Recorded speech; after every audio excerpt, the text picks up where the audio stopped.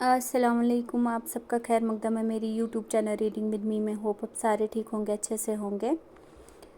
आज हमें ये बंद पढ़ना है। हमने यहाँ तक पढ़ा है, एक लिफ्ट में बिठा लिया, ये हमने कल पढ़ा। तो आज हमें यहाँ से पढ़ना है। दम भर में ममालिक की तफरीक मिटाती है, मगरिब से खबर लाकर मशरिक को सुनाती है। इसका मतलब क्या है? दम भर में ममालिक की तफरीक मिटाती है। तफरीक का मतलब होता है अलग अलग, फ़र्क करना।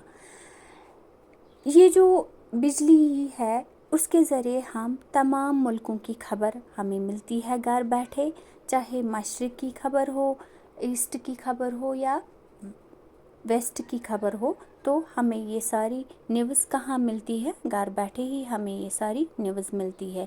ये कैसे मिलती है? हमने टीवी ऑन किया, टीवी कैसे चलता है? टीवी चलता है बिजली पे।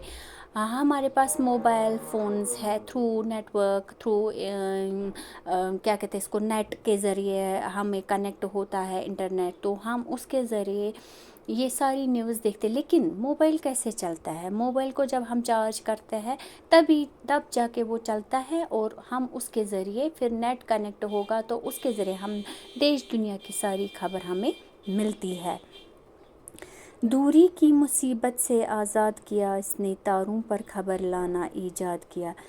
जो हम दूर थे एक दूसरे से, दूरी की मुसीबत, हम एक दूसरे से मिल नहीं पाते थे, हम एक दूसरे के साथ बात नहीं कर पाते। कोई हमारा बाहर अब्रॉड होता था या कहीं और होता था तो हम उसके साथ बात नहीं कर पाते थे, हमें बहुत दूरियां होती थी।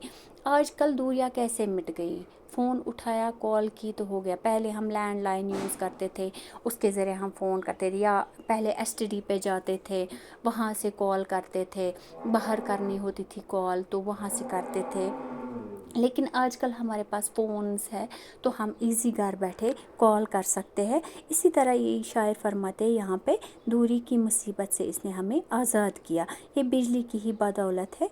तारों पर खबर लाना ईजाद किया। तारों से ही हमें खबर मिलती थी। पहले हमें क्या होता था, हम सैटेलाइट के ज़रिए हमें सब कुछ किसने ईजाद किया? ये बिजली की ही बदौलत है, जिसके ज़रिए हमें ये सब कुछ मिलता है, और हम घर घर बैठे हमें सब कुछ समझ में आता है, सब कुछ हम सुनते हैं। कल तक उसे तारों की इमदाद की हाजत थी, तोड़ा ये ताल्लुक़ भी अब बन गई लासिल की। कल तक हमें वायर्स के ज़रिए ये चलता था। जो भी हमारे पास होते थे लैंडलाइन, जैसे मैंने पहले ही बोला लैंडलाइन होती थी, तो हम लैंडलाइन वो वायर के ज़रिए होती थी। वायर जुड़ती थी तो तब जाके फ़ोन, कभी बारिश पड़ती थी, कभी बर्फ़ गिरती थी तो लैंडलाइन भी ख़राब हो जाती थी, कभी उसमें आवाज़ ही नहीं आती थी। इस वजह से हमें बहुत सारी मुश्किलों का सामना करना पड़ता था। बर्फ़बारी में, बारिश में अक्सर लैंडलाइन ख़राब हुआ करती थी।